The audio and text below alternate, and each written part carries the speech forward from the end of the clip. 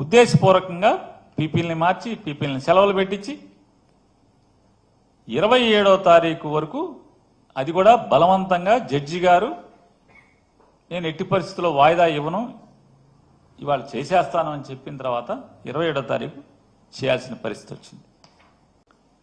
అలాగే 10వ తారీఖున ఎఫ్ఐఆర్ అయితే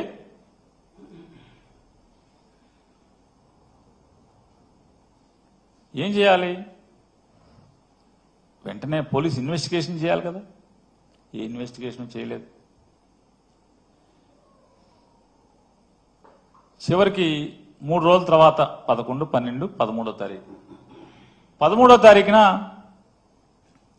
రాజకీయ ఒత్తిడి మేరకు వెళ్ళి మేము తాళాలు ఇస్తామని చెప్పని మా అడ్వకేట్లు చెప్తున్నా సరే బలవంతంగా తాళాలు బ్రేక్ చేసి దాంట్లో ఉన్నటువంటి సరుకుని అగ్రిమెంట్ ప్రకారం అదంతా కూడా జాయింట్ లైబిలిటీ. సివిల్ సప్లైస్ ఏదైతే ఆ గోడౌన్లో దాచినటువంటి ప్రతి బస్తా జాయింట్ లైబిలిటీ. సివిల్ సప్లైస్ అధికారులు గోడౌన్ యాజమాన్యం ఇద్దరు జాయింట్ లైబిలిటీ. జాయింట్ లైబిలిటీ అన్నా సరే తాళాలు మేము ఇస్తాము తీస్తామన్నా సరే తాళాలని బ్రేక్ చేసి ఏంటయ్యా అంటే ఆ తాళాలు బ్రేక్ చేయటం వెనక ఉద్దేశం ఏంటంటే వెంటనే లీగల్ టీం వెళ్ళారు. మొత్తం ఆశాంతం వీడియోలు తీస్తున్నారు. తాళాలు ఇస్తామన్నా సరే తాళాలు బ్రేక్ చేశారు.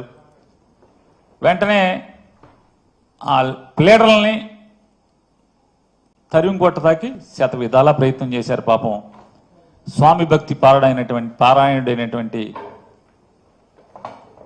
ఇన్వెస్టిగేషన్ ఆఫీసర్ గారు, సర్కిల్ ఇన్స్పెక్టర్ గారు ఎంత బెదిరించినా అదిరించినా ప్లేడర్లు మాత్రం మా పని మేము చేస్తాం, నీవు ఇష్టారాజ్యంగా చట్టవిరుద్ధంగా అగ్రిమెంట్కి విరుద్ధంగా మీరు తాళాలు బ్రేక్ చేస్తారు కాబట్టి స్టాక్ మాకు నువ్వు ఇక్కడ ఏం చేస్తావు అని మాకు భయంగా ఉందని చెప్పని నీ దురుద్దేశం నువ్వు పొలిటికల్ ఒత్తిడి. ఎందుకంటే మాట మాటికి ఫోన్ వస్తుంది పక్కెళ్ళి మాట్లాడుతున్నాడు, ఫోన్ వస్తుంది పక్కెళ్ళి మాట్లాడుతున్నాడు.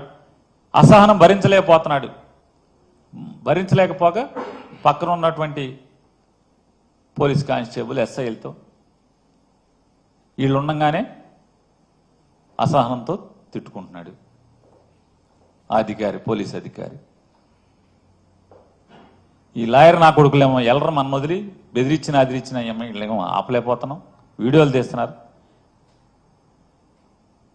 ఆయనేమో ఫోన్ చేసి లోపల ఎట్టగొట్ట గంజాయి మూట పెట్టమని చెప్పి ఆయన చెప్తున్నాడు. సావలేకపోతున్నాం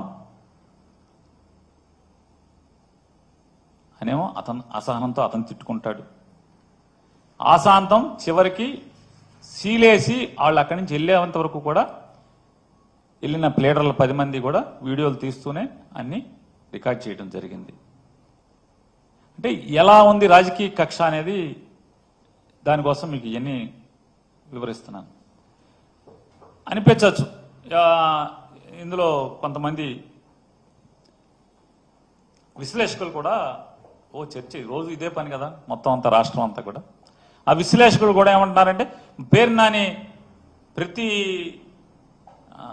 సంక్లిష్టమైన దానికి లేదా ప్రతి పార్టీకి ఎదురు దెబ్బ తగిలిన దానికి వచ్చి మాట్లాడతాడు కదా, ఇందులో ఎందుకు మాట్లాడడం అని. ఖచ్చితంగా నేను మాట్లాడదామనే 15వ తారీఖున బందర్లో 15, 16, 17 3 రోజుల నుండి మాట్లాడతాకి మీడియాని ఏర్పాటు చేసుకుని ప్రపంచానికి ఏం జరిగింది నా తప్పు లేదని చెప్పే ప్రయత్నం చేస్తే నా భార్యకి బెయిల్ ఆర్గ్యూ చేస్తున్నటువంటి కేసు టేకప్ చేసినటువంటి అడ్వకేట్లు నా దగ్గరికి వచ్చి కోర్టులో బెయిల్ ఆర్గ్యుమెంట్స్ ఇంకా అవ్వకుండా నువ్వు మాట్లాడితే రేపొద్దున కోర్టుని బెంచ్ని ఇన్ఫ్లుయెన్స్ చేస్తానికి మాట్లాడుతున్నాడు ఇదంతా కూడా అని చెప్పని వాళ్ళు వాదించడానికి అవకాశం ఉంటుంది. నువ్వు మాట్లాడద్దు బెయిల్ ఆర్గ్యుమెంట్స్ అయ్యే వరకు అని చెప్పని నాతో గట్టిగా వాదన చేశారు. నేను కూడా వారికి చెప్పాను, ఇప్పటికే రాజకీయంగా కక్ష సాధింపుతో శీలాన్ని హననం చేసే కార్యక్రమం పెద్ద ఎత్తున జరుగుతుంది, నేను మాట్లాడాల్సిందే అని చెప్పని అంటే, మీరు ఒకటే వాళ్ళు నిర్ణయించుకోవాల్సింది ఉంది.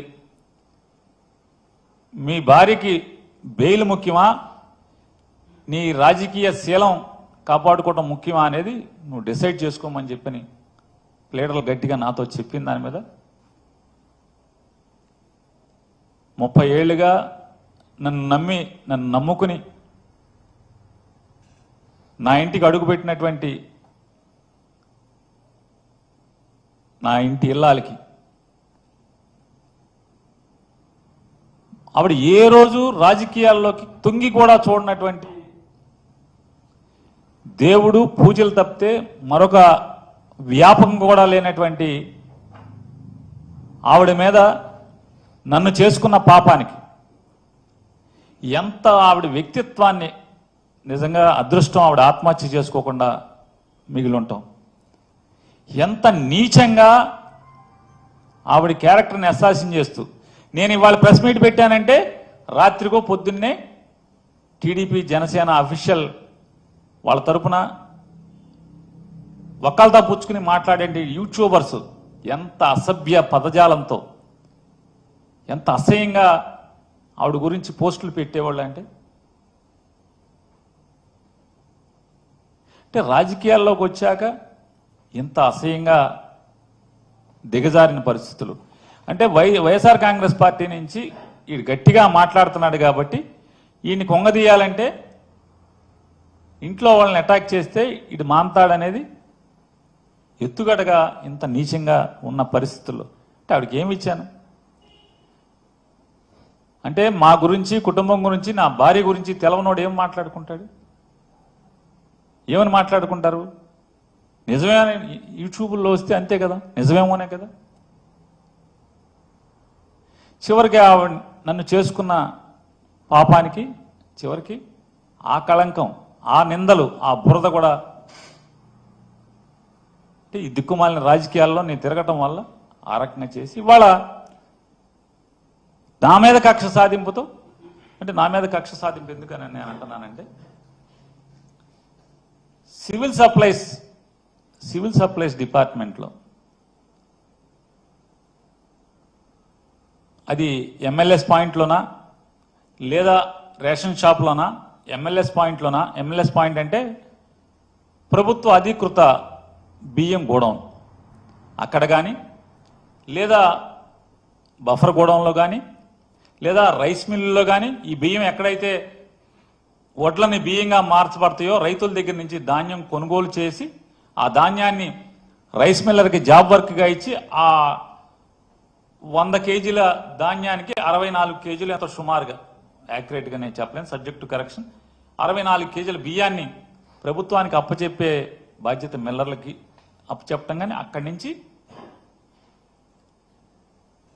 ఫెయిర్ ప్రైస్ షాప్ దాకా జరిగేటువంటి లేదా షార్టేజీలు కానీ ఎక్కడన్నా కానీ ఫిల్ఫ్రేజెస్ కానీ లోపాల్లో కానీ డబ్బు కడతాను అంటే డబ్బు కడతానికి ముందుకొచ్చినా కూడా డబ్బు కట్టించుకుని క్రిమినల్ కేసు కూడా కట్టిన ఈ రాష్ట్రంలో ఒక్క సంఘటన ఉంటే చెప్పమని అడుగుతున్నాను.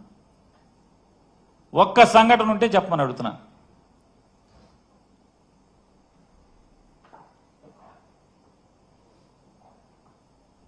నాదెండ్ల మనోహర్ గారు కూడా మాట్లాడారు. ఆయన ఏమో మాట్లాడారు.